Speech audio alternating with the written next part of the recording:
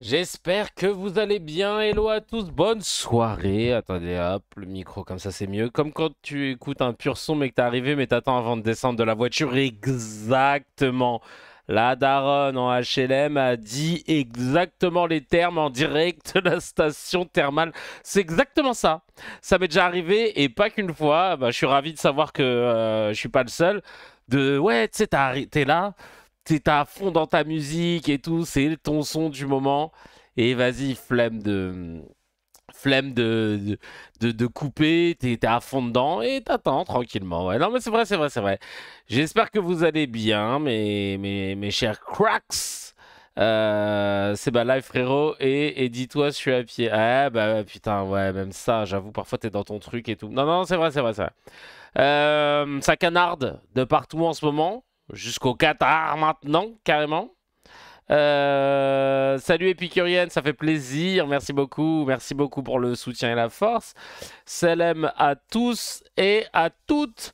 Ouais, ça canarde partout en ce moment, ça fait flipper. J'ai appris que aux Émirats, ça avait fermé, je crois, l'espace aérien. Bref, merci les États-Unis, hein. On va parler un petit peu de tout ce qui s'est passé à travers justement une analyse de ce que les médias en disent, tout ce qui s'est passé dans l'actualité. Vous avez vu comment on a glow up le setup. Merci Sochaga, je suis très content. Salut Lubiano, très content de ce qu'on a fait avec Gaël. Là, ça y est, on y est. Voilà, un vrai setup de stream. Ça fait plaisir.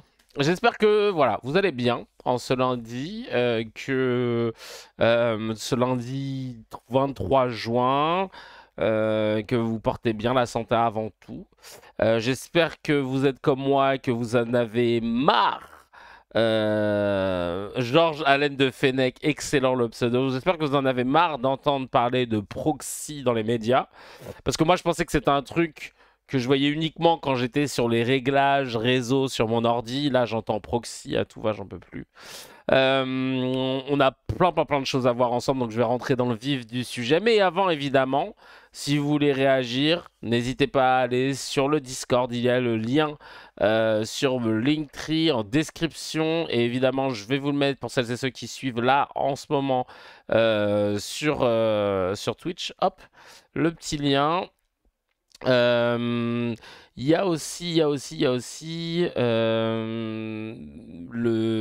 sur YouTube, sur Twitch et sur toutes les plateformes, les petits likes, surtout sur Spotify, Deezer, etc. Le petit like, il fait plaisir. Tu sais, la petite étoile, le petit 5 étoiles qui permet de remonter le podcast. Le petit like sur YouTube. D'ailleurs, on a deux chaînes, hein. Vous avez vu la chaîne qui rediffuse les replays en intégralité sans montage et évidemment la chaîne principale que vous connaissez où il y a un bloc qui est mis. T'as vu, on essaie de s'organiser. Je voulais vous parler d'un autre projet aussi. Alors là, c'est personnel. Je vous invite d'ailleurs, si vous avez des réponses à pouvoir me donner, bah, je suis joignable sur le Discord, mais sur les réseaux aussi, c'est moi qui réponds, mais sinon par mail sur contact@razi.fr. Tu sais que sur Apple Podcast, il n'y a pas de notation depuis l'iPhone. Ah, ça, c'est abusé, ça je savais pas. Tu vois, c'est bien de le souligner. Euh, j'ai un projet. J'ai un projet qui me trotte dans la tête depuis un bon moment. Là, je crois que j'ai trouvé quelque chose qui me correspond. En gros, j'avais envie de...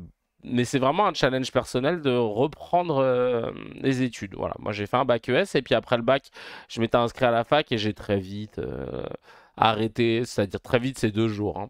Parce que je voulais devenir humoriste tout simplement, hein. Je savais que je voulais faire ça.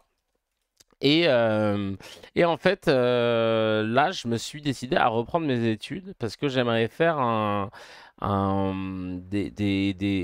master en infocom, en discours, analyse des discours politiques, médias, culture. En gros, c'est ce que je fais un peu dans CKR, mais avec toute la la maîtrise et tout le cadre qui va avec. L'idée, c'était vraiment de me challenger intellectuellement parce que ça me faisait plaisir de le faire. Et là, je suis en mode, je suis en train de découvrir un peu le game. J'ai appris qu'il y avait un truc qui s'appelle l'IED qui permettait de pouvoir faire des études à distance. Et j'ai appris aussi que par rapport à l'expérience professionnelle que j'ai, je peux prétendre potentiellement, il faut que je fasse une demande à une VAPP, une validation d'acquis professionnel, je sais pas quoi mon cul, parce que ben avec Dr H, on a sorti des livres sur les fake news. Enfin, un qui a super bien tourné dans les CDI et tout, un autre sur les sciences humaines, parce que mon émission sur Canal+, c'était de la vulgarisation de faits de société, d'actualité, parce que le spectacle, etc. Il y a moyen de pouvoir peut-être... bah, la VAE, c'est pour avoir un diplôme. Moi, c'est juste pour pouvoir bypasser la licence et attaquer ce fameux master d'Infocom qui est à Paris 8. Donc, si vous avez des contacts à Paris 8, tout ce qui est VAPP ou IED, etc., parce que j'aimerais beaucoup pouvoir le faire. Je ne sais pas si tout est faisable à distance. Moi, ça m'arrangerait.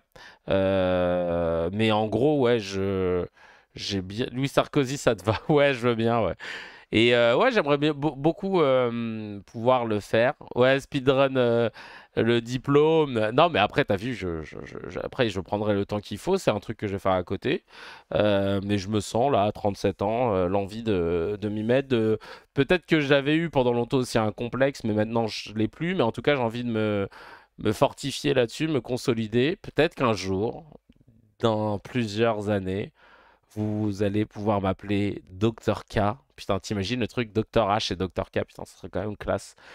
Parce que en fait, je pense que la raison inconsciente, c'est que quand j'ai vu Elie Chouraki, et moi j'adore les comédies musicales, invité partout, et on dit oui, producteur, réalisateur franco-israélien, et qui a aucun lien avec la choucroute, je me suis dit, vas-y, toi, frère, moi je veux pas être ça. Même si je suis potentiellement peut-être plus pertinent que certains sur les plateaux, machin. Non, non, je veux pas. Donc voilà, j'ai grave envie. J'ai grave envie. Et bon, si vous avez des contacts ou quoi, contact@razady.fr. Si vous avez des idées ou juste pouvoir me guider sur ce long chemin, et ben en tout cas, je compte sur vous. La choucroute, elle est sur sa tête. J'y ai pensé. Je voulais pas le dire, mais on n'a même pas besoin de se parler toi-même. Tu sais, on se connaît. Merci. En tout cas, ça fait plaisir pour votre enthousiasme. Je jette cette petite bouteille à la mer. On va commencer par de la petite news HMD, évidemment. La petite news Hamdoulillah, celle qui fait plaisir. Et là, c'est un nouveau groupe sanguin qui a été découvert. Et ce groupe sanguin, il a un nom assez original. Pourquoi? Parce que, en fait, en gros, c'est une Française d'origine guadeloupéenne qui a été identifiée comme la seule porteuse d'un nouveau groupe sanguin. Elle est unique au monde. Et ce groupe sanguin, ils l'ont appelé, et c'est pas une blague, vous pouvez vérifier, le Guada négatif. Ils ont pu percer ce mystère-là 10 ans après son examen médical. C'est dans le monde qu'ils en parlent. Et Guada négatif, le blaze, il m'a fait gaulerie. Parce qu'on dirait vraiment une vanne. Je sais pas je sais pas qui s'est chauffé. Guada négatif. Je sais pas qui s'est chauffé. Ouais, de quel est Guada négatif? Je sais pas. Je sais pas ce qui s'est passé. Mais évidemment, j'ai voulu aller sur X pour voir un petit peu les commentaires. Et j'ai rigolé tout seul. Quand je vous ai préparé cette émission. Il y a Jérémy Alimi sur X qui dit: moi je suis Zient positif. Il y a Ilias qui a mis Francky 20 comme le chiffre 100 SANG. Très très fort. Ça, c'est une blague qui marche mieux quand tu la lis, hein, évidemment. Jaramin Jara qui dit: ils ont découvert aussi le Moaka positif en Martinique. C'est vraiment des cons. Ils auraient pu ça le G-, ça passerait mieux. Ouais, voilà, tu vois, G-. Non, là, franchement, le Moaka positif, c'est très très drôle. Il y a, il y a Emmanuel. Je suis vraiment un gamin.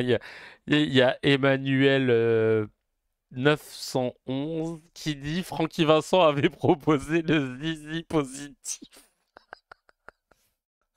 C'est de la merde, mais ça me fait rire. Putain, ils sont cons. Euh, Tout bon gauchiste doit de deadnamer Twitter. J'ai... Vraiment, Nafta, c'est celle qui a le plus de jargon, de tendance que je ne maîtrise pas. C'est grâce à elle que je découvre des mots à chaque fois, genre backlash, dog whistle. Alors, dead name. Alors.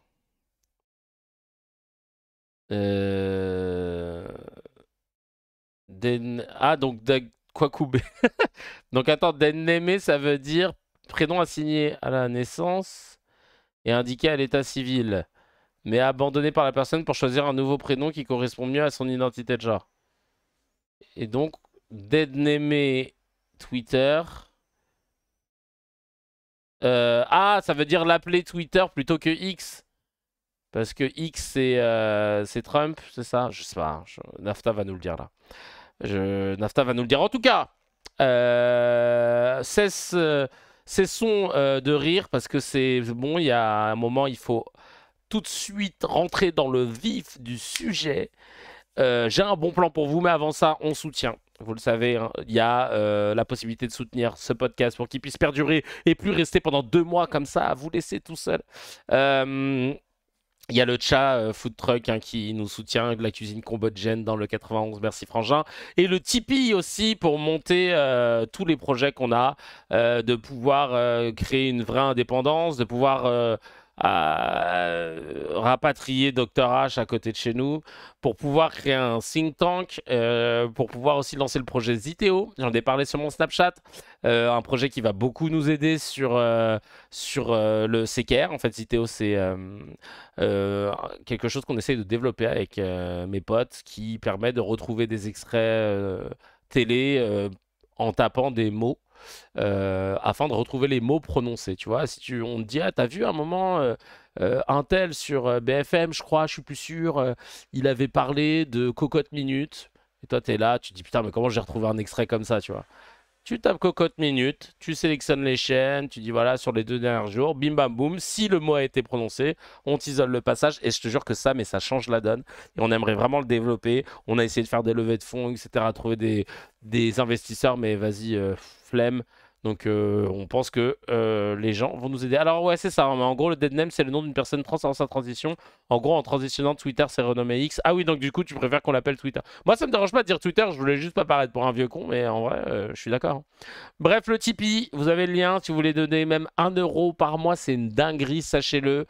On soutient, on est ensemble. J'attaque tout de suite les bons plans avec le Metzé. Les petites news à picorer entre amis à se partager. Alors là, le bon plan taf, pour celles et ceux qui sont en galère, là, il y a un taf, il est incroyable. Agent de... Alors, je vous dis pas l'intitulé tout de suite. Ce bon plan taf, c'est si vous avez l'habitude de pratiquer le racisme et que vous voulez pouvoir le faire de façon encadrée, dans la fonction publique, avec voilà, des avantages, le pourcent patronal, etc. Il y a un taf qui vient d'apparaître. Alors là, le taf est génial.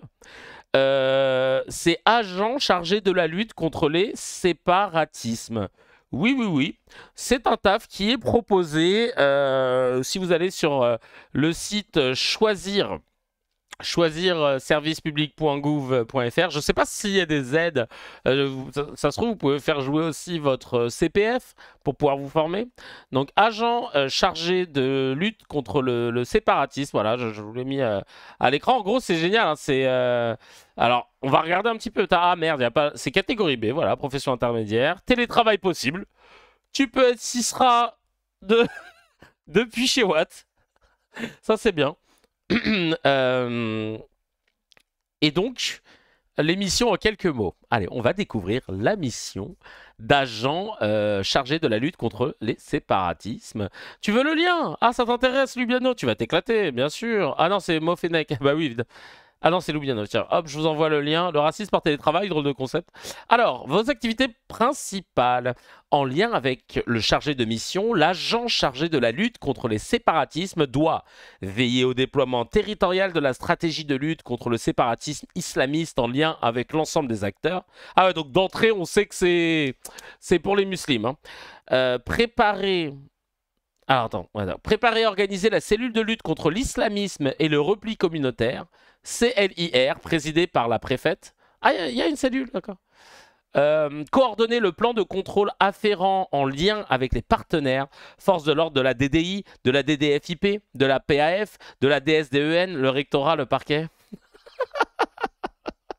J'adore quand ils te mettent tous ces acronymes de merde. Participer au contrôle administratif. Ah, bien. Prendre. Là, pas télétravail, les gars. Par contre, là, c'est. Voilà, c'est. T'es obligé d'y aller. Les membres du SGEG, je te jure. Prendre les mesures administratives découlant des contrôles. Fermeture administrative, article 40 du CPP. Et suivre les mesures relevant des autres partenaires. Assurer le secrétariat du CODAF. Toujours acronyme. Suivre le plan d'action. C'est-à-dire que si toi, t'as jamais mis les pieds dans l'administration publique, les mecs te parlent qu'en acronyme et t'es censé tout savoir. Incroyable. Suivre le plan d'action de sensibilisation à destination des services et opérateurs de l'État, acteurs de terrain, collectivités territoriales. Vous avez vu comment, très vite, tu sais, quand tu dois faire une description de poste et que tu essayes d'avoir plus de 3 points, mais que tu te rends compte que tous les points, ça veut juste dire être un putain de Sisra et de vérifier et de juste foutre ton nez là où il faut. Et ben, on a le bullshit job. Comment, en fait, ils ont demandé à ChatGPT de trouver une description différente à chaque phrase. Parce que vraiment, ça ne veut strictement rien dire. C'est génial. Suivre la mise en œuvre de nouvelles mesures créées par la loi confortant le respect des principes de la République. Suivre le plan d'action de sensibilisation à destination des services et opérateurs de l'État. Prendre les mesures administratives découlant des contrôles. Veiller au déploiement. C'est la même chose. C'est la même chose à tous les trucs. Suivi de la politique publique de la lutte contre les dérives sectaires. Votre perspective, les compétences acquises sur ce poste sont des atouts pour occuper des fonctions supérieures, comme ministre de l'Intérieur par exemple.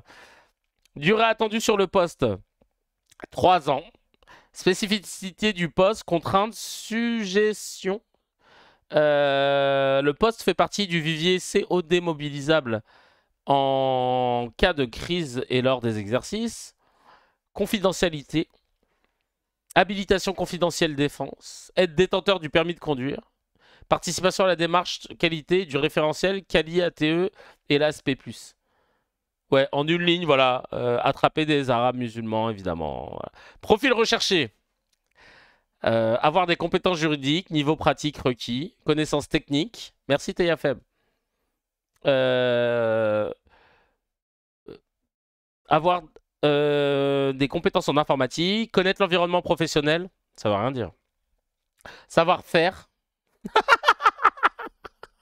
Faire quoi? Savoir-faire quoi? Savoir-faire. Déjà, savoir-faire, c'est super important. Savoir analyser, niveau maîtrise, savoir travailler en équipe, niveau maîtrise requis, savoir organiser, savoir être. T'es ou pas? Ouais, je suis. Ah bon bah, j'étais pas sûr au début. Comme je voyais, t'es en l'air. Génial. Avoir le sens des relations humaines? Ah bah oui. Ah bah ça oui. Pour aller chercher tous les musulmans et essayer de voir s'ils font pas du frérisme, il faut quand même des relations humaines. Savoir s'exprimer oralement et savoir communiquer, évidemment. Voilà. Putain, c'est génial. Les 3 points. Savoir-faire, savoir-être, c'est le nouveau format pour les CV. Ah, connaissance, savoir-faire, savoir-être, d'accord, ok. Ça me faisait rire. Putain, tu m'as niqué ma vanne, mais c'est pas grave. Au moins, on aura ri avant de le savoir. On peut être rebeu, postuler en mode infiltration plus, mais il faut y aller. C'est la préfecture de l'Essonne. Ah bah, l'Essonne, évidemment. C'était l'ancien bastion de Valls, si je dis pas de bêtises. Non, mais c'est quand même scandaleux, hein. On rigole, mais c'est quand même scandaleux de voir agent chargé de la lutte contre les séparatismes. C'est-à-dire que d'un côté, séparatistes, c'est quand ils estiment que la communauté musulmane se sépare de la société, qu'il y a des zones de non-droit où la police ne rentre plus, etc. Tout. Et d'un autre côté, si le musulman est trop intégré, là c'est de l'entrisme, il arrive à toutes les strates de la société, etc. Ouais, alors en Essonne, ça va recruter des blancs, des whites, des blancos, oui, merci Valls, exactement. Je trouve ça scandaleux en fait. C'est-à-dire que si on doit s'en référer à ce putain de, de document du ministère de l'Intérieur, ce document du ministère de l'Intérieur, il est quand même assez catégorique.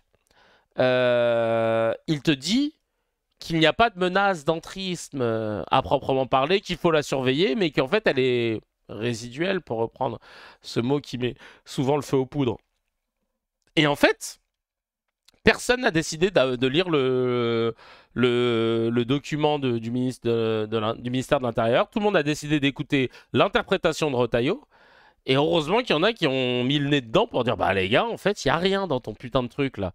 Ça parle d'associations sportives touchées par l'entrisme. On est sur du 0,07 ou 0,05, je sais plus, mais en tout cas, je sais que c'est un 0,0. Et là, tu te dis, ben, c'est quoi là ton truc en fait?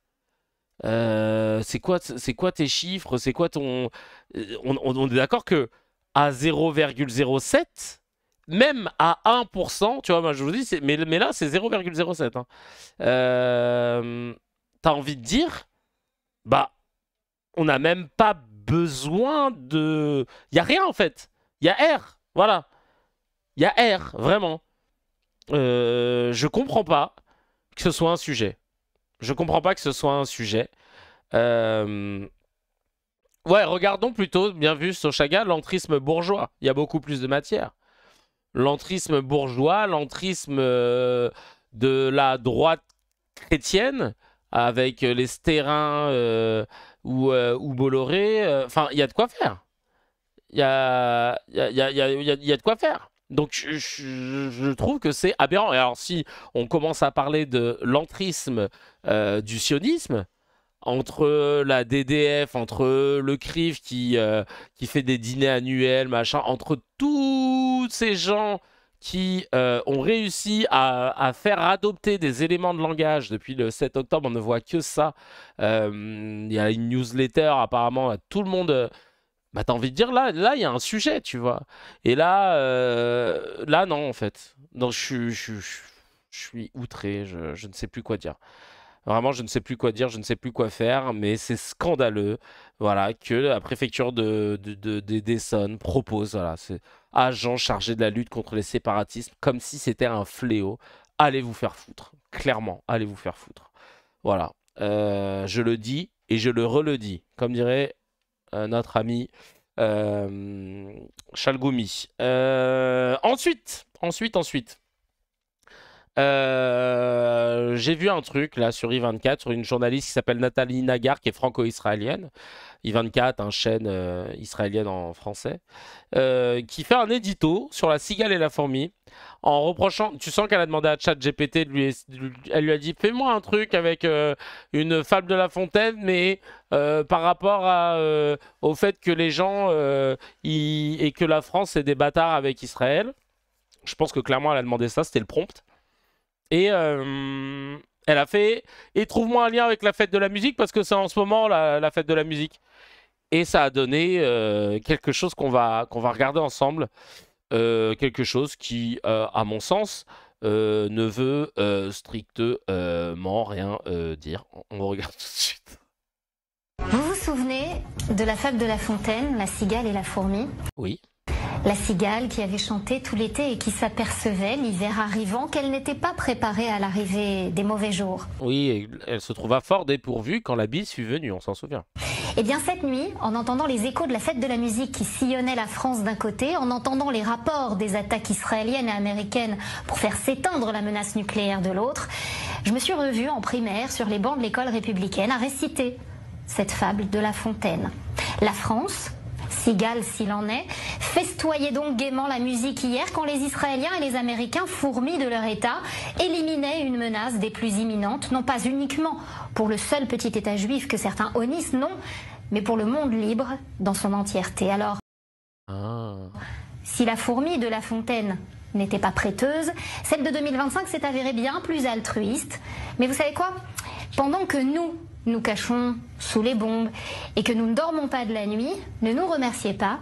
Je me contenterai sans cynisme aucun de vous dire... Quand quelqu'un dit sans cynisme aucun, c'est qu'il va y avoir du putain de cynisme après, hein, tu vois. À vous qui vivez dans toutes les démocraties confortables du monde, vous dansiez, eh bien chantez maintenant.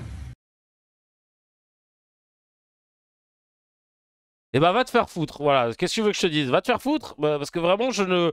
Là tu quoi? Tu nous menaces? Tu nous menaces, cousine? Qu'est-ce qu'il y a? Qu'est-ce qu'il y a en fait? Qu'est-ce qu'il y a? Est-ce qu'on doit te féliciter qu'il y ait des bombardements qui ne respectent pas le droit international parce qu'il y aurait une menace nucléaire et que nous on a fait la fête de la musique? En plus, je l'ai pas fait déjà, ok? Non mais, genre...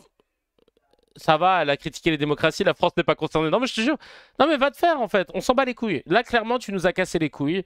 T'as essayé de faire un truc un peu lettré, un peu feutré. Mais nous, on vient de la street. Je vais pas passer par quatre chemins, je vais pas faire du Michalik. Moi je te le dis, tu nous as cassé les couilles avec ta vieille fable qu'on n'a rien compris. Si ce n'est que tu crois faire un truc pour l'humanité. Mais tu l'as vu la vidéo, et d'ailleurs allez le voir, hein, de Jon Stewart qui parle dans le Daily Show. Jon Stewart qui est mon mentor comme vous le savez, le GOAT.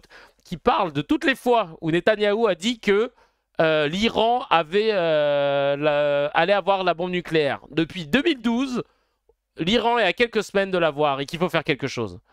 Et en fait, au bout d'un moment, quand tu le fais en 2012, en 2015, en 2018, en 2000 tout le temps, et qu'en attendant, t'as rien eu comme menace, hein, t'as envie de dire. Mais par contre, toi, ton État, il a eu la bombe nucléaire sans que ça ait posé de problème à qui que ce soit, alors qu'il y avait, je sais pas, aucun truc, d'ailleurs, aucune ratification de quoi que ce soit. Je décide unilatéralement d'avoir la bombe nucléaire, qu'est-ce que vous allez faire? C'est un peu le message. Bah oui, mais moi je suis du côté des gentils, mais en fait ça ne marche plus. Ça ne marche plus, comment dire, ce chantage à dire que vous faites le sale boulot pour l'humanité, etc. Ce narratif occidental de nous dire qu'il y a le camp des gentils et le camp des méchants. En 2025, ça ne marche plus auprès du peuple. Et c'est pour ça qu'on est là en train de discuter. Parce qu'on ne veut plus de ce putain de narratif à nous dire qu'il y a des États gentils et des États méchants. Parce que on a la capacité aujourd'hui de voir que les seules raclures de bidets qui ont utilisé la bombe nucléaire, c'était putain d'alliés gentils américains. Voilà. Parce qu'on sait que les Occidentaux sont capables du pire. Et justement, tous ces fameux alliés, j'ai entendu le chancelier allemand dire qu'il soutenait de ouf et qu'il fallait soutenir les États-Unis et l'État d'Israël. Encore une fois, l'Allemagne nous montre qu'elle a ce don d'être du bon côté de l'histoire. En fait, ouais, depuis 97 même, on me dit dans le chat. Il a chauffé Bush pour aller défoncer Saddam en promettant que ça changerait les choses. Ouais. Good job. Good job. Donc, ce narratif ne marche plus. Tu peux nous sortir la cigale et la fourmi. Tu pourrais même nous sortir un remix. Tu peux nous sortir Gims avec je sais pas qui. Moi, on en a rien à foutre, en fait. Ça ne marche plus. Ce chantage ne marche plus. Voilà. L'Allemagne, toute sa vie, elle est à côté de la plaque. Non, mais c'est un truc de ouf. Hein. Ça, c'est un truc... C'est connu à la fin de la fable, la morale c'est Israël a le droit de se défendre. Oui voilà, bon, voilà. CQFD, ça me casse les couilles de vous entendre tout le temps ressortir les mêmes poncifs. Et en attendant, Gaza, ça continue de péter. Il y a des civils qui continuent de mourir, dont des enfants, dans le plus grand des silences. Il y a des messages qui ont été faits sur Twitter, et j'assume de dire Twitter, parce que je fais du dead name, ok. Cassandre de Troyes qui dit: cette connasse oublie de dire que si elle vit sous les bombes, c'est parce que son premier ministre a décidé tout seul un matin de frapper une puissance militaire qui sait se défendre, contrairement aux enfants palestiniens qui eux subissent leur cruauté depuis des décennies. Hashtag karma.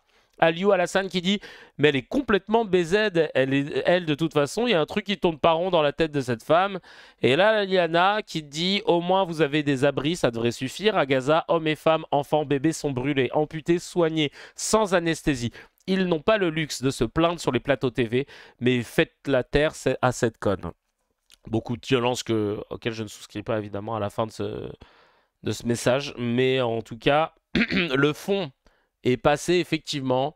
On en a marre de vous entendre. Les USA ont bombardé le Japon, nous dit Monsieur Gogol. Ils ne l'ont pas fait pour finir la guerre, mais pour que le Japon ne soit pas conquis par l'URSS, ce qui aurait donné une base avancée soviétique. Et qu'il est seul détenteur de la bombe atomique, donc pas de représailles possible. Bah c'est dégueulasse, ouais. Juste pour info, dans les médias toujours, mais j'ai pas beaucoup de choses à dire, hein.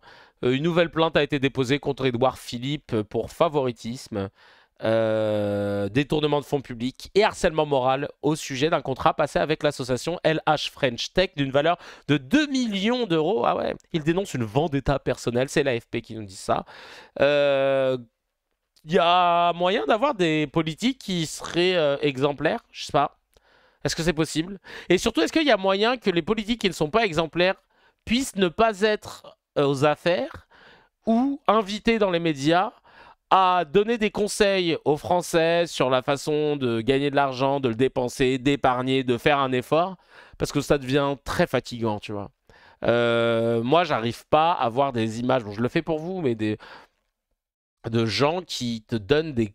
Tu vois, comme Sarko, quand à un moment, là, il l'invitait pour donner son avis. On s'en bat les couilles. Non, non, t'embête pas. On veut pas l'entendre. Tu as été une grosse merde. Tu as fait beaucoup trop de choses, beaucoup trop de sauces dans laquelle tu trempes, beaucoup de condamnations.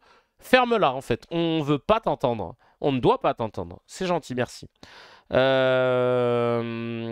y a Green Mosquito dans les commentaires sur X qui dit: tiens, il ne fait pas confiance à la justice sur ce coup-là. Bah ouais. Ah oui, les politiques adorent faire confiance à la justice tant qu'ils ne sont pas concernés par l'affaire. Oui, on en avait parlé de la dinguerie avec Dati et Cohen dans le dernier épisode, Sochaga. Il y a Olivier qui dit: vu son bilan consternant quand il était ministre, ce n'est pas une vendetta mais une action d'utilité publique qu'il dégage. Ça a même invité Jérôme Cahuzac pour donner son avis, c'est vrai, putain. Et News TV Real qui dit: un détournement de plus, il coche finalement les cases pour devenir président de la République. Ouais, je te jure. Je te jure, on n'est pas choqués. On a une autre news dans le Metzé concernant la fête de la musique. Je sais pas s'il y en a qui l'ont fait. Moi, j'étais en vélo dans Paris. Je suis allé au théâtre voir une pièce incroyable qui s'appelle La Tendresse de Julie Berès, si je dis pas de bêtises. Je vérifie juste son nom pour ne pas l'écorcher. Si c'est Julie ou Julia Berès. En tout cas, la pièce est incroyable. C'est au théâtre des Bouffes parisiens.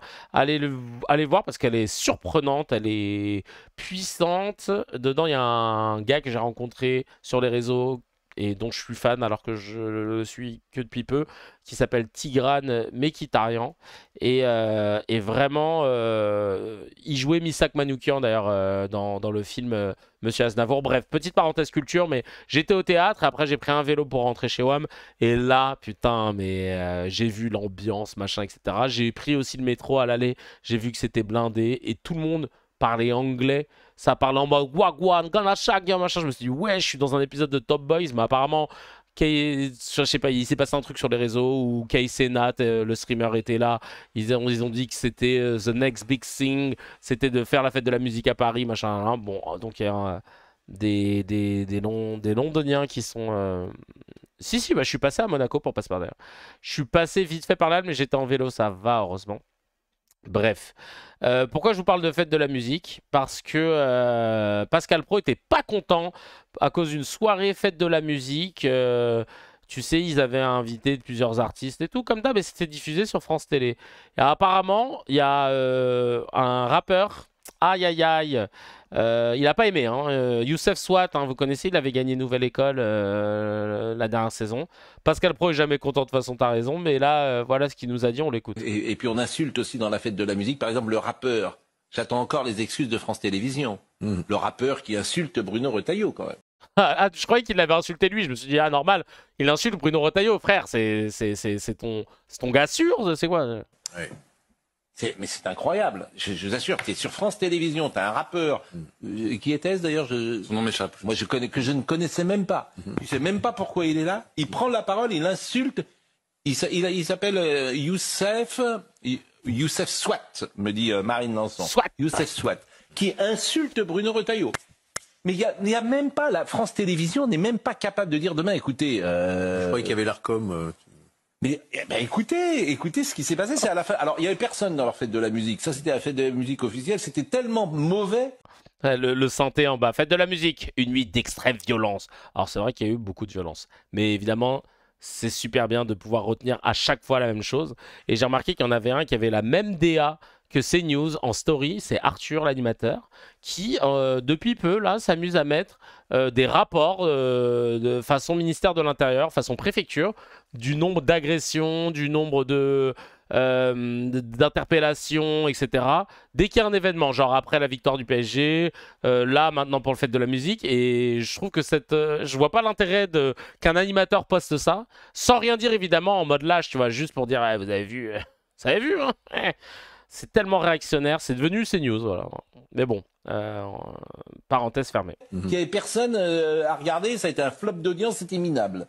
Donc comme ça, le public au moins a choisi. Mais voyez cette séquence, moi je trouve ça incroyable pour tout vous dire, qu'on puisse insulter un ministre de l'Intérieur de cette manière-là sans qu'il y ait personne ne dise rien. Sur le service public. Alors c'est de la liberté d'expression. Ah oui. Non, C'est la liberté d'expression. La géométrie variable. C'est la liberté d'expression. À géométrie variable. C'est quand même ces gens qui sont...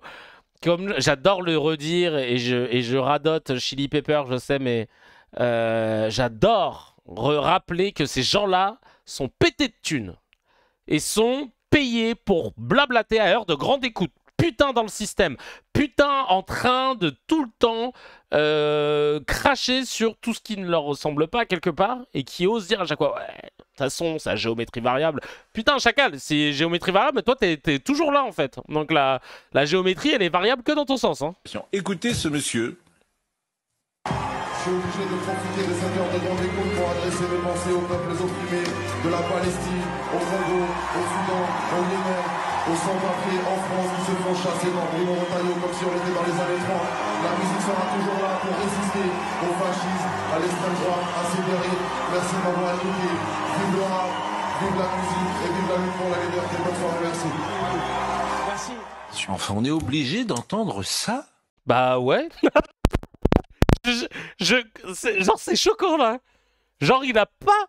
Moi je croyais qu'il allait dire nique sa race, Retailleau, machin là. Il y a zéro insulte chacal. Je m'attendais à un truc de ouf là, je découvre avec vous. Hein. Je me suis dit ah putain Youssef, c'est pas bien. Il a rien dit chacal. Il a rien dit. Il a dit la stricte vérité. Je veux dire qu'il y a quand même eu... Et excuse-moi, enfin, peut-être qu'il n'était pas au courant, mais on a quand même déployé des gens, des forces de police, pour aller attraper des sans-papiers. Ça, c'est réel. Ça s'est passé la semaine dernière. Enfin, mais il est incroyable. Oh, attends, mais... Non, mais quand même. Putain, il faut que je trouve les trucs. Là, je vais vous les sortir. Hop, la chasse aux sans-papiers. Voilà, opération dans toute la France pour contrôler les sans-papiers. Ils ont en plus choisi le 18 juin, du mercredi 18 juin. Ah ouais, c'était sur le 18 juin et le 19 juin. Dans les gares, dans le but d'interpeller des clandestins, 4000 forces de l'ordre ont été déployées. Lutte contre l'immigration irrégulière et clandestine. Je me demande d'ailleurs comment ils ont fait pour savoir reconnaître ceux qui potentiellement étaient... C'est une vraie rafle vraiment là. C'est de la rafle Lorraine dans le plus grand des calmes. Ouais, ici on adore les jeux de mots, désolé. Hein. Radot, Chili Pepper, rafle Lorraine, mais ça adoucit les mœurs. Non mais c'est quand même dingue. Hein. C'est quand même dingue ce qui s'est passé. Hein. Ne venez pas en France. Nous n'acceptons rien. C'est la tolérance zéro. Planté au-dessus des quais de la gare du Nord à Paris, le ministre de l'Intérieur Bruno Retailleau martèle un discours martial devant les micros des télés et radios conviés. Mais va te faire. Oh là là là là, mais quel fromage de chibre celui-là, vraiment. Et ça, c'est une insulte. Ça, c'est une insulte. Mais l'autre, il a rien dit, là. On va revenir un peu, là. On va reprendre un peu le fil, là. Mais franchement, je suis scandalisé de ce que devient notre pays, quoi. C'est dingue. C'est insupportable. Moi, je trouve que c'est. Non, mais c'est en plus avec votre argent, comme Il n'y a d'habitude. pas d'injure publique. Bruno, Non, le délai d'injure publique. Bruno Les années Retailleau, 30, qui, comme dans Et les la chasse. années 30, Les années qui 30, chasse.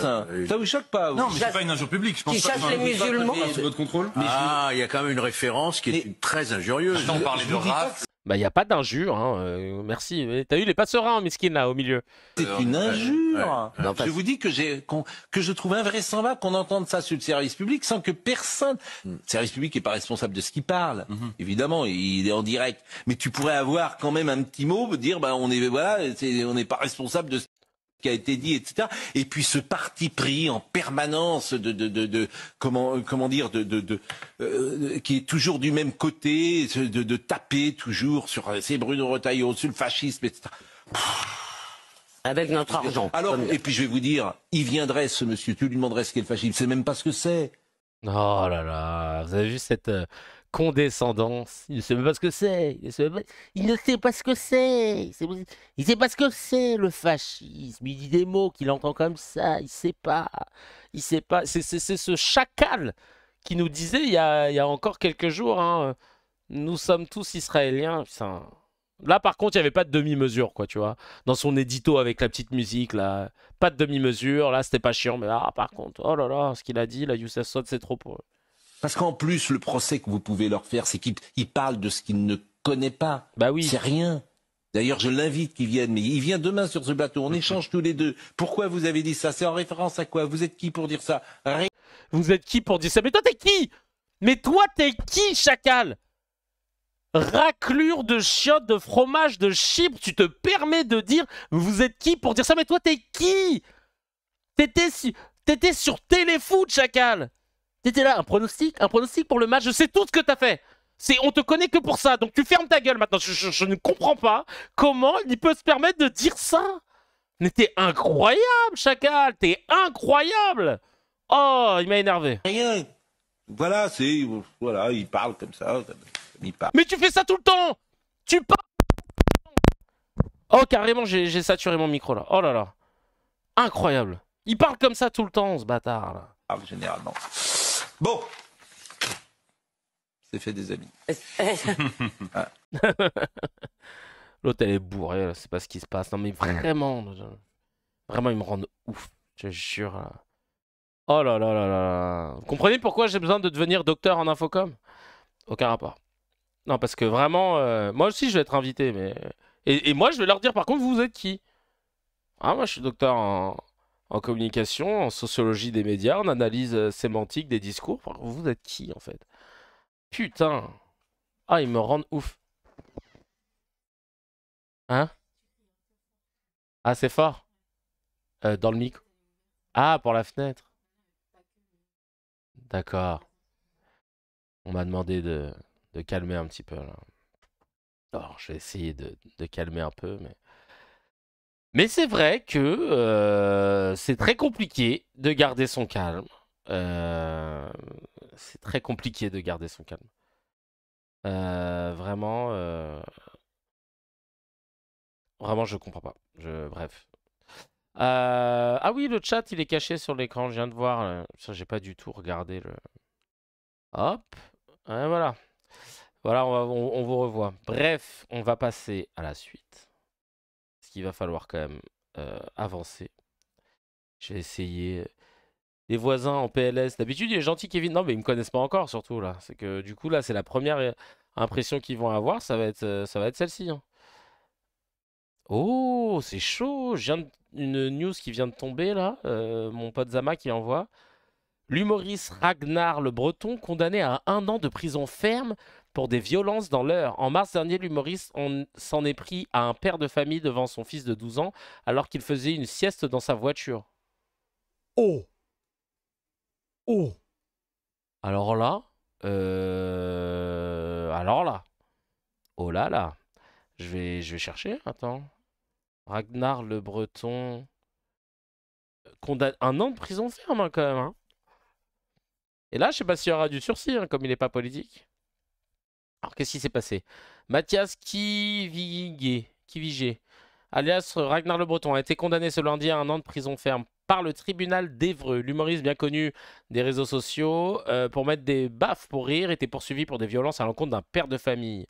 Il n'était pas présent à son procès et n'avait pas d'avocat pour le représenter. Ragnar a été condamné ce lundi à 1 an de prison ferme. L'humoriste bien connu des réseaux sociaux pour mettre des baffes. Bon là, il nous répète la même chose. La victime qui souhaite garder l'anonymat avait le 27 mars dernier amené ses 2 enfants au stade et avait décidé de faire une sieste dans sa voiture le temps de l'entraînement. C'est là qu'il a senti sa voiture bouger et pensé que c'était une blague de son fils. Je sens mon véhicule bouger dans tous les sens. Je suis en train de danser dans la voiture, explique le père de famille au micro d'ici Normandie. Et poursuit, j'ouvre ma fenêtre, je demande gentiment d'arrêter de bouger parce que je suis en train de dormir, il n'entend pas.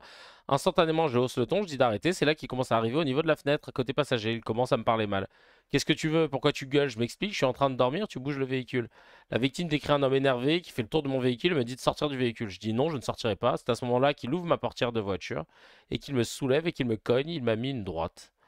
Le procureur de la République, lors des... Mais je comprenais pas pourquoi il bougeait sa voiture, en fait. Qu'est-ce que tu fais, en fait, de base? Je comprends pas. C'est juste ça, ce truc-là là, qu'on n'a pas, là. Pourquoi tu bouges la voiture du gars chaque année? Le procureur de la République, lors de ces réquisitions, évoque une scène d'ultraviolence et un véritable passage à tabac devant le fils de 12 ans de la victime, ce que confirme le père de famille. J'essaie de masquer mon visage, j'essaie de klaxonner pour alerter les gens autour.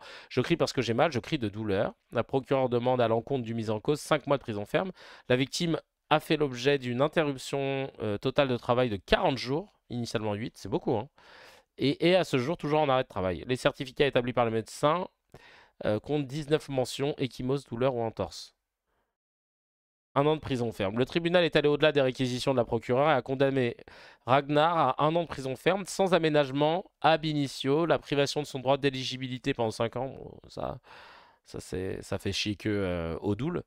Une interdiction de contact avec la victime et de paraître à son domicile pendant 3 ans, ainsi qu'à verser 2000 € au fils et une provision de 5000 € pour le père victime des coups. Une fois que sa condamnation lui aura été notifiée, Mathias Kivigé a 10 jours pour faire appel. Ah, c'est chaud, hein. Ah, vraiment, c'est chaud. Une dinguerie. Ah, vraiment, waouh. Ok, bah, tu vois, bah, je sais pas. Ma foi, je n'ai rien d'autre à ajouter que... Ah ouais, c'est chaud, putain. C'est freaking chaud. On continue. Ah oui, alors là, c'est génialissime. C'est concernant LCI qui parle, qui rapporte ce truc, cette info autour de Netanyahou. Netanyahou qui déplore quelque chose lié au conflit actuel qu'il a lancé avec l'Iran. Je vais vous mettre la vidéo. On va la regarder ensemble. Parce qu'on ne se rend pas compte comment Netanyahou c'est chaud de son côté. Et il vit des trucs qui sont pas faciles. Donc je vous demanderai d'avoir un peu de compassion. Voilà. Un peu de compassion parce que c'est pas facile. On va regarder ça ensemble. Je vous demanderai de ne pas juger. De ne pas vous moquer. Voilà, on n'a pas tous la chance comme vous de prendre tout avec dérision. Vous vous rendez pas compte de ce que Netanyahou vit au quotidien. C'est parti, on écoute tout de suite. Merci beaucoup. On va de ce pas écouter, bougez pas, ok? Et ne vous moquez pas surtout, merci. Et c'est l'heure de l'histoire du jour, un peu plus de 16h30 sur LCI. Je ne vais pas vous en dire trop. C'est Laura qui vous raconte tout comme chaque jour, parce que votre histoire du jour aujourd'hui, c'est celle d'un mariage reporté qui fait grand bruit. Eh oui, Magali. Pas n'importe quel mariage, évidemment. Celui du fils de Benjamin Netanyahou, Avner Netanyahou, son fils cadet, né en 1994. Ce que vous voyez ici, c'est lui qui est tout à droite sur la photo. Le Premier ministre l'a dit lui-même hier lors de sa prise de parole devant l'hôpital de Soroka, touché, je le rappelle, par une frappe iranienne. Écoutons-le. Il y a des personnes qui ont été tuées à notre grande tristesse. Chacun paye un prix personnel. Moi-même, dans ma famille, c'est la 2e fois que mon fils a dû annuler un mariage. à cause de menaces avec des missiles. Donc ma femme est une héroïne également.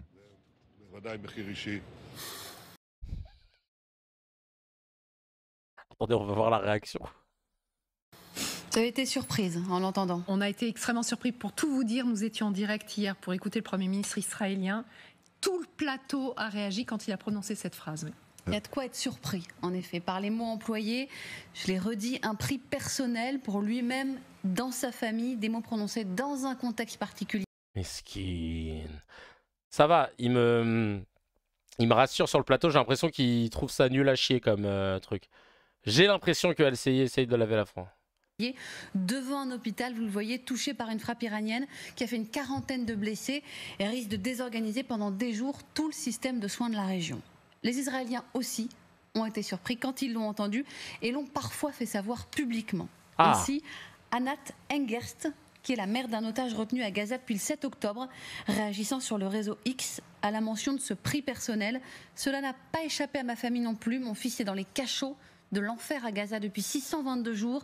Il attend que vous, Premier ministre, le sauviez. Ah bah oui, Chacal. Quand tu commences à parler de tes petits problèmes de famille, fais attention, parce qu'il y a des familles qui ont des membres de la leur en otage à Gaza depuis. Et toi là, t'es en train de te plaindre parce que putain, mariage n'a pas pu se faire.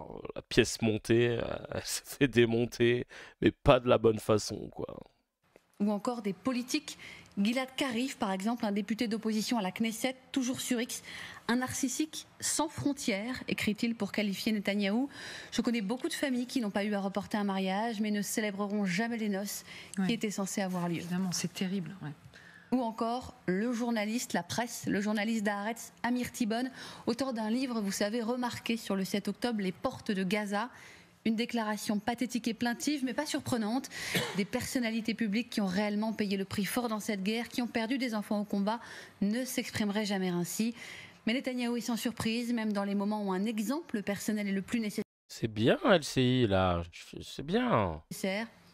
Ils lisent que des trucs bien orientés. Tu vois. Se préoccupe avant tout de lui-même. Et ce n'est pas la première fois que ce mariage suscite des remous, en fait. En fait, c'est depuis quelques mois un sujet à rebondissement de la vie politique. Bon, par contre, là, vous en faites trop, les gars. Ça y est, au bout de 2 minutes. Mais ouais, non, par contre, c'est chaud. Non, franchement, moi, je vous le dis, le coup du mariage... parce que t'as la caution... et si t'as pas pris la bonne assurance et tout, non, c'est une galère. Putain, c'est chaud. Putain, le pauvre. Force à lui, putain. Pauvre. Oh là là. Va retrouver un traiteur. Bah ouais. Mais non, mais c'est bien que tu dises les termes. Va retrouver un traiteur là pour cet été. Hein, et puis les gens qui avaient pris des jours off, puis après, pour avoir encore un congé payé, ce sera plus pareil. Non, c'est chaud, putain, c'est chaud. Il y a 100 tweet names sur X qui dit la belle-fille doit se méfier de son beau-père. Ça fait 2 fois qu'il empêche son fils de devenir un homme. Il préfère tuer des enfants que voir son fils l'épouser. L'œil qui voit, qui dit ça, c'est de l'info. Le mariage du fils du tyran sanguinaire le plus meurtrier de la planète qui est reporté. Mais est-ce que les Palestiniens et les Iraniens sont au courant? S'ils avaient LCI, ils se laisseraient peut-être exterminer plus rapidement. C'est pas de bol. Tellement vrai, j'adore. Et Sibo qui dit ce type est le nouveau Hitler, parler de lui en tant que tel, c'est ce qu'il est. Il est la honte pour l'histoire des Juifs, la honte de l'humanité. La presse fait-elle son travail? Ben non, pas très bien. On continue avec les pros chez Netanyahou, avec Franck Tapiro, qu'on connaissait pas trop avant et qu'on malheureusement voit bien trop souvent. Sur Radio J, il parle comme si Israël n'était pas en train d'exterminer le peuple palestinien, comme si Israël n'attaquait pas l'Iran, le Liban, la Syrie, sans prendre en considération le droit international. À savoir s'il est toujours français quand il s'exprime, c'est quand même assez flippant. On va regarder une de ses œuvres, hein, parce qu'il n'y en a pas qu'une. On commence par celle-ci. C'est qu'Israël, nous on doit être conscient pour tout le monde, responsable pour tout le monde. Quand on est victime, on doit être aussi un petit peu coupable, sinon ça va pas. Oh, j'ai envie de dire quelque chose qui ne se dit pas d'habitude, mais vous savez quoi? On vous emmerde. On vous emmerde. Mais nous aussi, putain, c'est génial. On est raccord. On a le droit de vivre, le droit d'avoir notre pays, le droit d'avoir notre peuple en sécurité, le droit de croire en la vie. Et ceux qui ne croient pas en la vie et en notre mort, ben ceux-là, ce sont nos ennemis. Et nos ennemis, on va les éliminer. Arrête de taper sur la table déjà, chacal. C'est pas lui qui avait le pantalon baissé au bois de Boulogne. Tout le monde raconte ça. J'ai pas la rêve de ça, moi. J'ai pas la rêve, mais apparemment, il est... Ouais, gros bail cringe de ouf. Le mec... Bref. Il se serait fait choper. On n'a pas besoin de lui dire qu'on le voit depuis le début de la colonisation. Non, mais franchement, pas besoin de lui dire... Pas besoin de lui parler de la Cisjordanie. Pas besoin de lui parler de tout ça. C'est très fatigant d'avoir cet homme dans l'espace médiatique tout le temps qui vraiment a l'air pas très malin en plus hein, dans ses réflexions. C'est la puis même là son Diaspora Defense Force de donner les moyens de pouvoir préserver l'image d'Israël, nanani nanana, en gros de faire de la propagande, mais ils peuvent pas le dire comme ça parce que c'est illégal, mais je trouve ça scandaleux. En plus, imaginez-vous, Muslim Defense Force, tu déposes même pas le cabis. Hein. C'est-à-dire qu'à partir du moment où tu as rentré le blaze, mon pote, Rotaillot, il est devant chez Watt. Allez. Alors, on va écouter cette deuxième vidéo, tiens. Cher François Bayrou, il est moralement inacceptable de ne pas aider un pays ami en temps de guerre, surtout une guerre existentielle comme celle que vit aujourd'hui Israël. Il est moralement inacceptable de bâtir un mur noir en face d'un stand en guise de boycott au Salon du Bourget. Il est moralement inacceptable de marquer distance et réprobation avec un ami attaqué sur 8 fronts depuis le 7 octobre. Il est moralement inacceptable de dire qu'Israël a le droit de se défendre et de lui interdire d'exposer ses armes offensives. Avec quoi voulez-vous qu'il se défende? Avec un nerf? Ou alors peut-être un robot à pile? J'adore, c'est parce qu'en fait, il dit avec quoi vous... Il parle du fait que c'est antinomique de dire aux gens de dire qu'Israël a le droit de se défendre et de lui empêcher de montrer ses armes au Bourget. Il va falloir me montrer le lien. Je ne savais pas que les armes qui étaient au Bourget, elles partaient direct après pour se défendre. Tu sais, genre que du Bourget, il lançait des missiles. Ça n'a aucun sens. Et là, il était trop content de sortir le nerf, etc. On dirait le Hanouna de son domaine qu'on ne connaît pas. Ou encore mieux, un sabre laser. Mais sérieusement, après le en même temps et le moonwalk, on a maintenant le Beyrouth tourne. La France ne peut retrouver ses vieilles manies de lâcheté et de complaisance avec l'ennemi. Aidez plutôt Israël à mettre la pression sur le Hamas pour que tout s'arrête à Gaza. Aidez plutôt Israël à débarrasser l'Iran et le monde des mollahs pour créer un climat de paix au Proche-Orient. Ah oui, bah oui. On connaît bien ces climats de paix là. Tu sais, après qu'on est bombardé tout. En Irak, en Afghanistan, en Libye. Nous, la paix là, il n'y a que des bombes de paix. Nous, en Occident, on est chaud pour la paix par la bombe, tu connais quoi. La France n'a pas le droit de rater le sens de l'histoire. Ce serait moralement inacceptable et impardonnable. Mais oui, il croit vraiment qu'il a dette ça. C'est ridicule. Il croit vraiment qu'il a dette ça. Il croit vraiment que c'était... Waouh, il nous a... Mais, BHL meilleur et lui... Ah, la chemise ouverte, c'est signe. Ouais, c'est un nouveau bail. Moi, j'ai décidé sur X de mettre le ruban jaune aussi. Je discutais avec Gaël, je trouvais que ça intéressant d'aborder ce ruban jaune dans une démarche artistique. Parce que, tu sais... C'est quand même con de se dire qu'aujourd'hui, selon si tu as cet emoji dans ton blaze ou pas, on sait pertinemment ce que tu vas penser, qui tu vas défendre, quel type de contenu tu vas partager, etc. Et je trouve ça ridicule, tu vois. Et j'avais envie de casser ce truc-là, justement, et de me dire, bah tiens, tu sais quoi, moi j'arbore le ruban jaune, parce que ouais, moi j'ai envie que les otages soient libérés. Mais par contre, je continue mon combat pour dire que la façon dont Israël se comporte avec Gaza, avec la Palestine, même au global, elle est exécrable. Et la façon dont les médias... couvre tout ça, l'est encore plus. Et je veux brouiller les pistes. Hein. Je veux les mindfuck parce que j'ai l'impression que c'est devenu la Légion d'honneur d'avoir ce truc. Je pense qu'on devrait tous mettre ce truc jaune. Et si un jour on te dit ouais, mais pourquoi t'as mis le ruban jaune? Je me suis renseigné, c'est pour la lutte contre le cancer de la vessie. Voilà. Si jamais vous vouliez l'info. Ruban jaune, c'est pas les otages. Ils l'ont volé. Ils l'ont volé à la vessie. À la base, c'est le cancer de la vessie. Et quand on regarde les vidéos de Tapiro, tout ça, c'est vrai que notre vessie est mise à rude épreuve. Donc, je pense que si tout le monde s'y met, tout le monde en ruban jaune, il va falloir qu'ils trouvent un autre truc. Ou alors, sinon, ça va brouiller les pistes. Ou alors, et d'un coup, on va se dire, ah, enfin, en fait, c'est con, là, ce qu'on est en train de faire. Revenons à l'essentiel. Il y a eu pas mal de messages, évidemment, sous la vidéo de Tapiro. On t'emmerde tout autant. Faut oser dire on vous emmerde à un pays qui t'a tout donné depuis le confort du bois de Boulogne. Le patriotisme façon Tapiro, insulter la main qui nourrit au nom d'une cause qui l'instrumentalise. Papisson qui dit personne ne vous interdit d'avoir votre pays et de vouloir être en sécurité, au contraire, mais ne pas le vouloir pour autrui c'est un problème. Voler, détruire, massacrer, bombarder les terres et les populations c'est le problème. Le génocide est le problème et on t'emmerde. Mais oui, même des drapeaux français, dès que tu vois un drapeau français sur les réseaux, tu dis ah ouais, lui c'est un gros rachot, machin. Bah non, tu mets des drapeaux français, tu mets des rubans jaunes et tout. En fait, tu brûles les pistes. On sait plus en fait.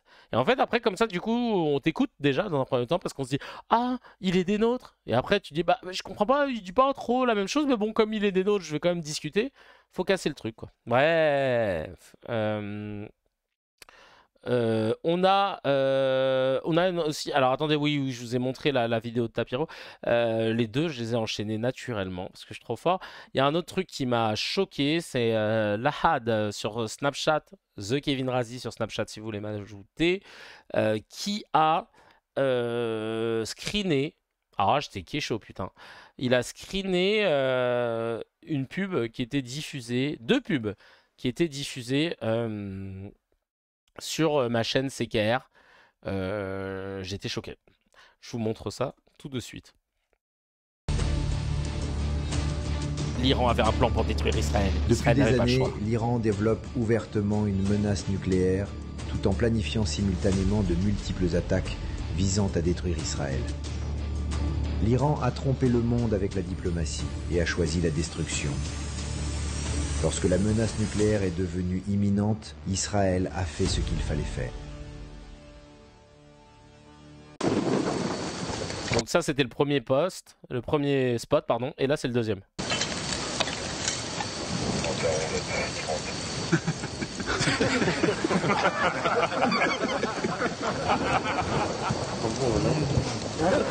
Armée de terre, peux-tu le faire?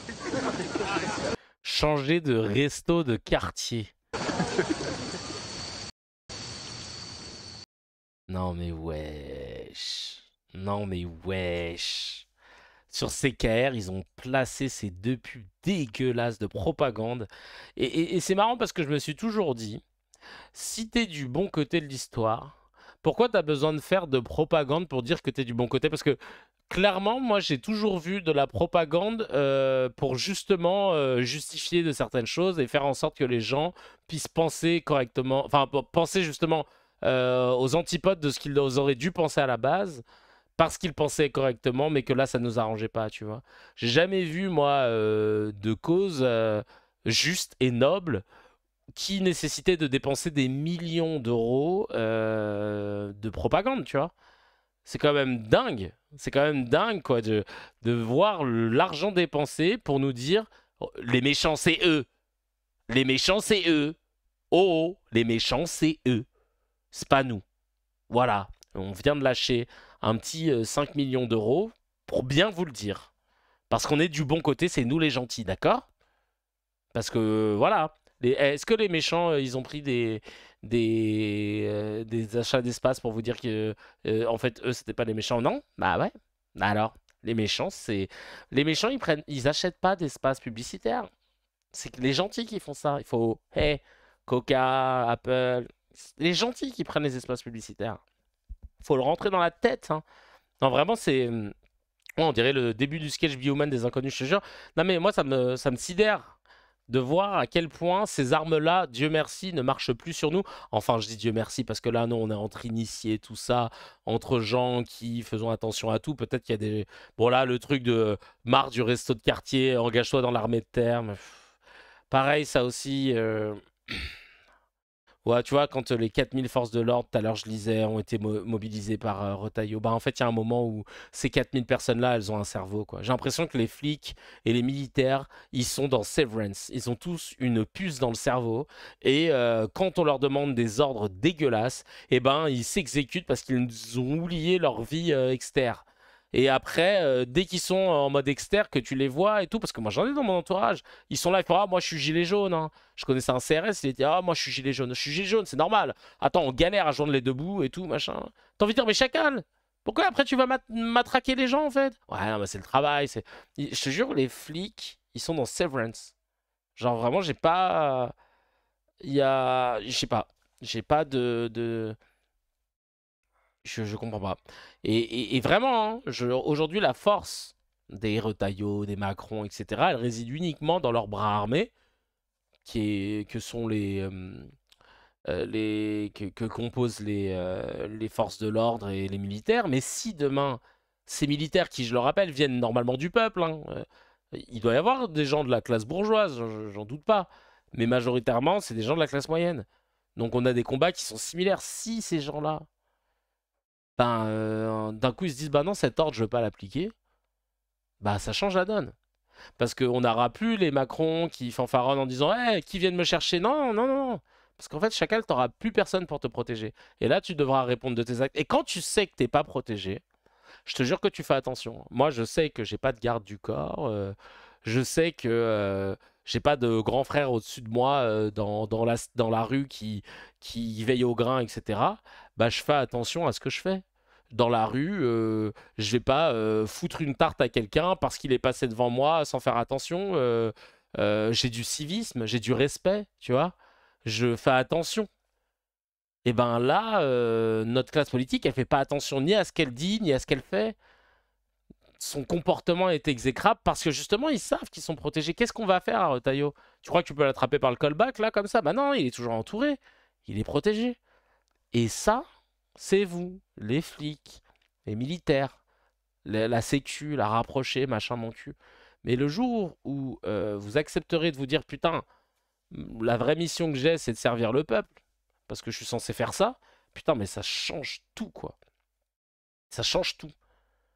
Là, sérieux, le fait, tu vois, qu'on autorise, par exemple, aux forces de police de manifester, de pouvoir être en désaccord avec un ordre, bah, ça changera tout. Ça changera tout. Parce que ça veut dire que les dirigeants ne pourront plus prendre comme ça, de façon unilatérale, des décisions en étant totalement tranquilles, en étant protégés. Parce que là, c'est ce qui se passe. Et moi, je veux plus de ça, c'est vrai. Hein. Je veux plus de ça, vraiment. Ça me sidère. Donc j'espère que parmi les cracks, il y en a qui nous écoutent et qui nous diront... parmi les cracks, il y a des flics, des militaires et que ça se... Je dis pas qu'on va changer le monde, hein.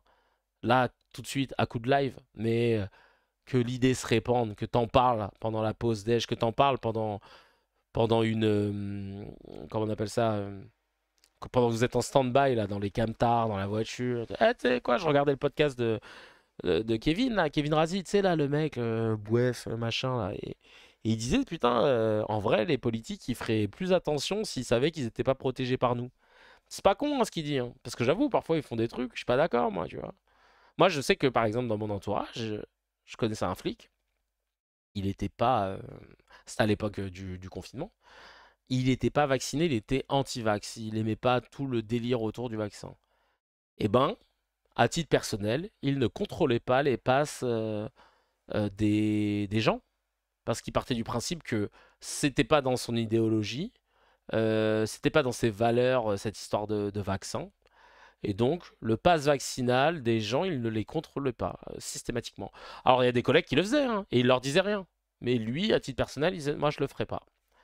Et ben, ce genre de démarche-là, si tu l'adoptes et tu l'adaptes avec un peu plus de gens au sein des forces de police et des militaires, ça change la donne.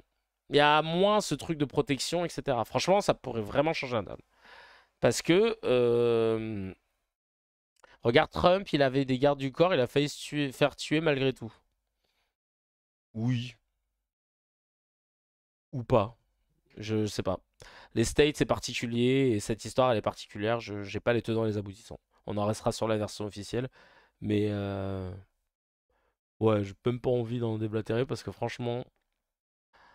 Voilà. Mais des flics opposés au système, c'est super minoritaire. L'institution pèse sur leurs opinions et leurs politiques de droite savent bien ce qu'ils font pour les garder sous leur bottes. Ah bah eux, en plus, comme ils sont confrontés au quotidien, notamment dans les zones sensibles, à, à de la violence, etc., que bah, c'est les premiers à dire ah bah nous, c'est pas des Suédois hein, qu'on arrête hein, quand il y a des problèmes. Donc j'avoue, on les matrixe bien comme il faut, on les travaille bien comme il faut. Bah oui, mais Chacal, t'es dans une zone ou dans un quartier qui a été enclavé par les décisions de l'État, ghettoisé par l'État, précarisé par l'État, et il s'avère que majoritairement, c'est des gens qui étaient issus de l'immigration. Donc oui, tu vas avoir des problèmes avec des gens qui sont dans la précarité, mais c'est pas des gens qui sont violents avec toi parce que noirs ou arabes. Et c'est sûr que si tu les mobilises pas et que tu les fais pas rencontrer des gens, des sociologues, des anthropologues, des chercheurs qui juste ont étudié le truc et qui te diront ah non non non en fait ça n'a rien à voir avec leur origine, c'est juste la précarité. Bah voilà, eux ils vont dire bah quand on va dans les prisons on voit qui y a, dans les quartiers nous au quotidien on se fait insulter, on sait qui c'est. Donc c'est QFD, c'est que bah voilà, et donc on les conforte dans leur idée de droite ardée et les Zemmour et compagnie et tout. Donc c'est clair que c'est un puissant. Enfin, mais j'ose espérer que quand même il y en ait qui puissent être sensibles à ce qu'on dit ici et qui puissent se dire bah ouais peut-être qu'on peut faire plus parce que c'est chaud. Tu oublies ACAB et les flics profitent du système d'avantage. S'ils pouvaient choisir, ils feraient pire. Certains peut-être, certains. Peut-être même plus que la moyenne. C'est flippant. Mais moi, je crois fort à ce lien qui nous unit, à savoir ce truc qui vient d'humain, de la classe populaire, des moyennes classes, quoi, tu vois. Des moyennes classes. Moi, j'étais dans la moyenne classe. Des moyennes classes. De se dire, non, les gars, putain, on peut pas tout défendre de la part de nos supérieurs, quoi. Bref. Dans le scan de Razi, évidemment... on a toujours, parce qu'on est sur l'Iran, hein, l'Iran, Israël, c'est ce qui occupe le plus notre espace médiatique. On a une succession de léchages de fiac, là, que ce soit sur BFM, sur CNews. C'est assez dingue. J'en peux plus de l'argumentaire occidental hein, de nous dire, hein, comme je disais juste avant, il y a des méchants, il y a des gentils. Nous, c'est le camp des gentils. Et ça va 5 minutes. Ça ne marche plus. J'ai heureusement des gens qui arrivent à remettre les points sur les i et les barres sur les t. Mais avant ça, on a quand même Georges Fenech. Georges Fenech qui a décidé d'être à la hauteur de l'odeur qu'émane l'animal qui représente son patronyme. Waouh, c'était technique ce que j'ai dit. Hein. Après le gong, en deux mots, très vite. Si vous avez 2 mots. Gloire aux Américains. Waouh, moi j'ai fait un baptême là ce week-end. Quand ce genre de truc, j'entends qu'à l'église. Hein. Gloire à Dieu, tout ça. Gloire aux Américains. Isabelle. Pardon, désolé. 6 juin 44, 22 juin 2025. Ils nous ont sauvés pour la 2e fois. Écoutez. Mais ta gueule! Oh là là là, avec sa vieille gueule. Il croit qu'il a dead ça. Il est comme ça là. Ils nous ont sauvés. Une 2e fois. Ta gueule! Oh là là là là! Ferme-la! Mais lui pour la cérémonie des meilleurs d'or, mais est-ce on commencera par lui, on arrêtera la cérémonie juste après? Oh là là! C'est assez solennel comme vous l'avez dit, mais et c'est ça. Et c'est ce que je pense. C'est une déclaration. C'est ce que je pense. Mais vous avez raison. Et je dis bravo. Mais vous avez raison. Là, c'est pas abusé. C'est pas comme Youssef Swat ou là c'était trop. Non, vous avez raison. Et je dis merci, comme vous l'avez dit, mais dans merci votre Trump, mais bien sûr. Mais plus que merci, gloire à eux. Gloire aux Américains. Voilà. Gloire aux Américains. Même Pascal Pro, il s'est dit, ouais, peut-être gloire c'est un peu trop, Chacal. Mais bon, comme là, j'ai mis Comme là, je me suis quand même mis sur mon 31, parce que et lui, il va faire une garden party juste après, lui. Il a mis les cheveux en arrière, il a pas les lunettes. Lui, ça se voit, il va pécho, là. Il va pécho. Daftag nous dit un truc intéressant, et c'est vrai que Dr H nous en avait parlé. La police est une création coloniale. Des études montrent que c'est l'institution qui pourrit les policiers et les font devenir comme ça, et en plus ça attire des profils comme ça. 40% des policiers font des violences intrafamiliales. Ah, et il y a l'enquête Disclose qui montre les VSS systémiques par les policiers. Putain, ultra intéressant. On va aller checker ça pour le prochain épisode. Merci beaucoup. Qu'est-ce qu'on a eu d'autre? Est-ce qu'on n'a pas eu des trucs un peu plus intéressants là dans les médias concernant la couverture de l'Iran, de la guerre Iran-Israël, et notamment d'ailleurs maintenant Doha qui est rentré dans la boucle parce que enfin les Américains qui ont attaqué, l'Iran qui répond sur des bases américaines à Doha. Et ben là on a un gars, Gérard Haro, ancien ambassadeur de France pardon, en Israël je crois, entre autres. Et c'est bien d'entendre des gens qui disent des choses sensées et intelligentes. Mais de nouveau, moi j'ai un peu tendance à reculer devant l'analyse d'une situation comme si c'était un jeu vidéo ou un roman policier. C'est beaucoup plus grave que ça. Hein. C'est des millions d'êtres humains, des centaines de milliers de vies humaines. C'est quand même un pari, vous voyez. Alors évidemment, quand on est à 3000 km de là, on appuie sur le bouton. Moi, je serais réticent. Et je sais qu'en le disant ça, je sais que tous les spectateurs vont sur mon compte Twitter immédiatement pour m'insulter en disant que je ne suis qu'un soutien du régime des Mollahs. T'inquiète, on est ensemble, hein, on connaît ça, t'inquiète. Mais personnellement, j'hésiterais avant de m'engager dans cette aventure. Moi, je dirais que le parallèle, c'est plutôt le parallèle sur les plateaux de télévision français, hein, ou dans les débats. C'est-à-dire, qu'est-ce qu'on nous dit? On nous dit qu'il faut se débarrasser de deux régimes abominables. Ce sont deux régimes abominables qui ont des armes de destruction massive, et on va libérer les peuples à la baïonnette. Au fond, c'est ça. C'est dans les deux cas. Alors on sait ce que ça a donné en Irak, hein, et là on a de nouveau une population de 90 millions d'habitants. Déclencher tous les événements en Irak. Mais une armée qui arrive pour une dictature est toujours accueillie les bras ouverts. Hein. Nos troupes ont été accueillies les bras ouverts dans le Sahel. Hein. Elles ont libéré et elles sont parties 10 ans plus tard la queue basse, si vous me permettez l'expression. Mais après. Eh bien après, il faut faire de la politique locale. Et une armée ne fait pas de la politique locale. Alors merci, putain, merci. Dans ce cas-là, il n'y aura pas d'invasion au sol, espérons-le. Enfin, il n'y aura pas d'invasion au sol. Et donc, on va avoir une sorte de chaos.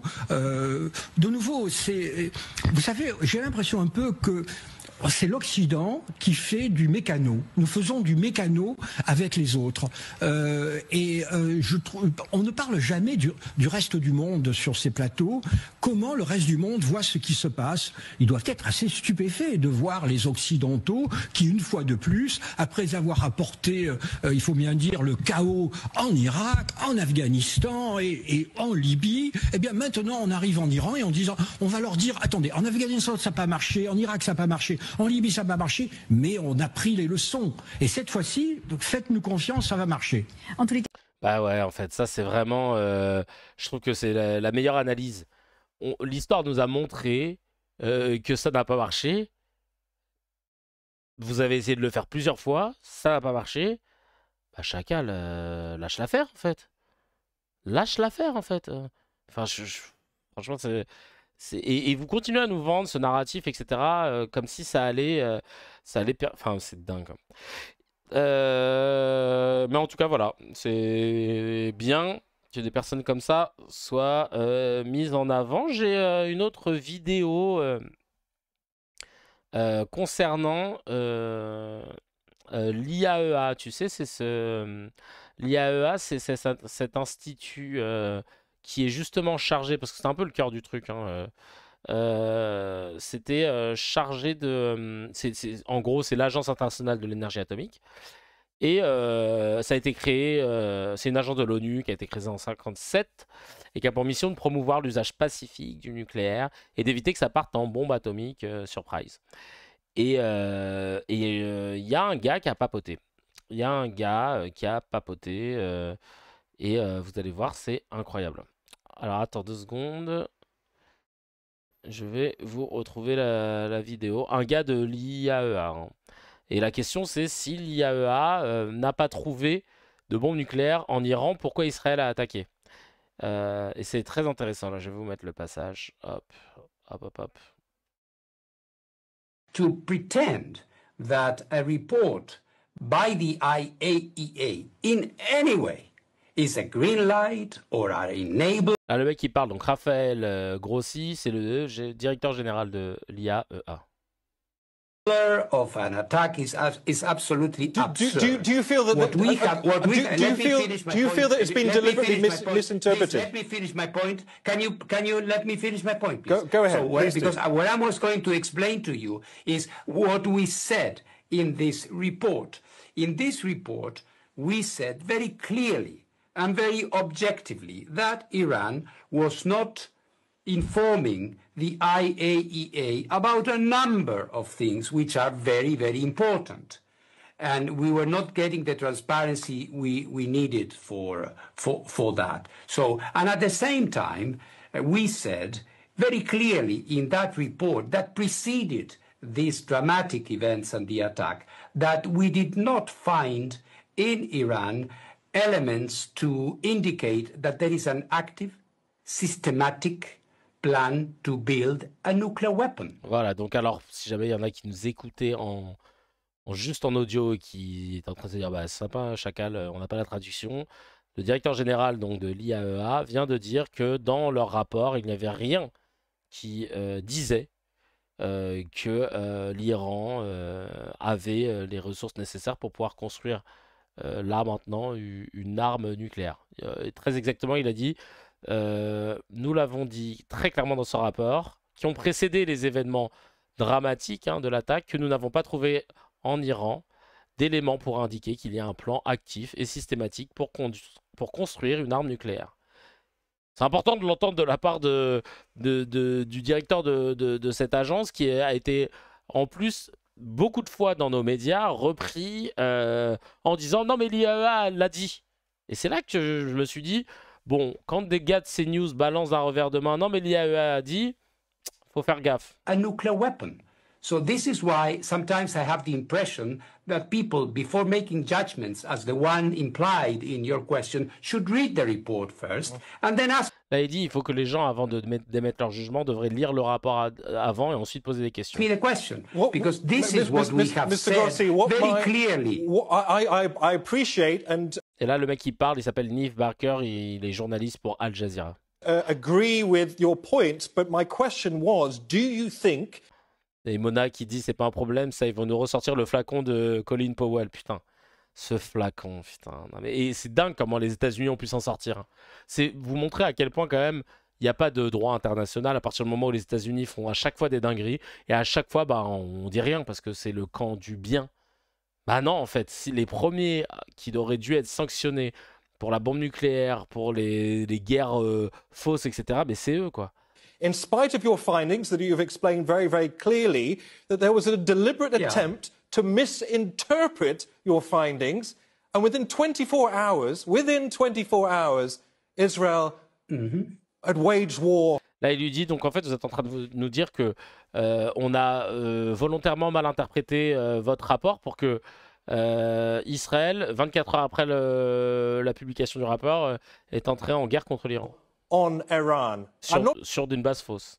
Blaming the IAEA, but it appears that the timing of the release of that report and the resolution voted upon by the IAEA was very, very close to this decision by Israel, wasn't it?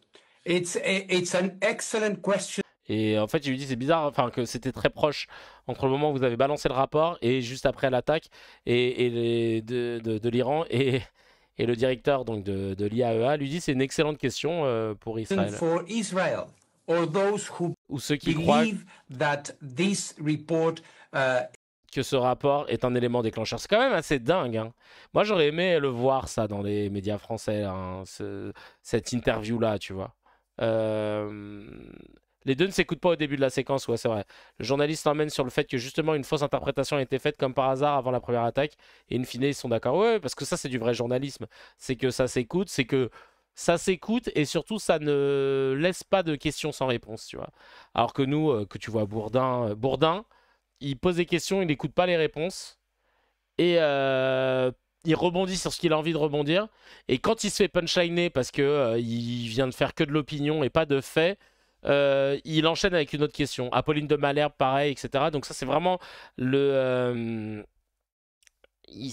la médiocrité journalistique de beaucoup de gens dans l'espace médiatique français. C'est trop cool de voir que les bons, ils sont pas trop là, quoi. Ils sont plutôt sur Twitch.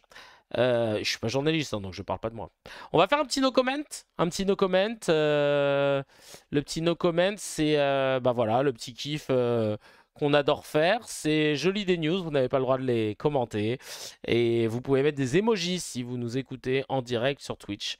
Alors c'est parti. Maintenant que des emojis, pas de phrases, pas de commentaires. Je vais essayer moi aussi, mais... Oh purée de pommes de terre, mais c'est pas vrai ça. Je vais essayer de pas mettre non plus de gimmicks sonores. Allez, c'est parti. Il faudrait se renseigner sur la déontologie de Al Jazeera.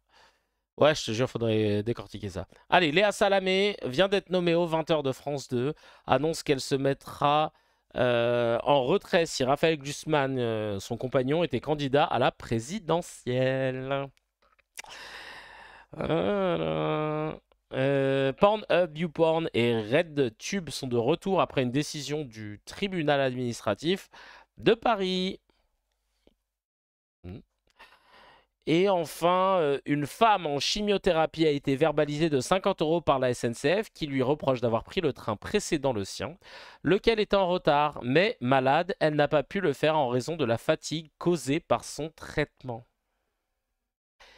Et Aymeric Caron, député, s'est renseigné parce que l'histoire avait été reprise par un autre compte et tout, mais cette histoire est vraie. Donc c'est dingue. Dingue. Bref. Avant de vous laisser tranquille mes cracks, on va finir avec un peu de miel pour se détendre. À commencer par une vidéo de la fête de la musique. Hein, c'est celle de l'imam Chalgoumi. Parce qu'il nous fait toujours plaisir. L'imam Chalgoumi qui était sur un stand neutre en train de danser. Un stand qui rappelle ses origines. Non, pas la Tunisie, non. Aucun pays du Maghreb.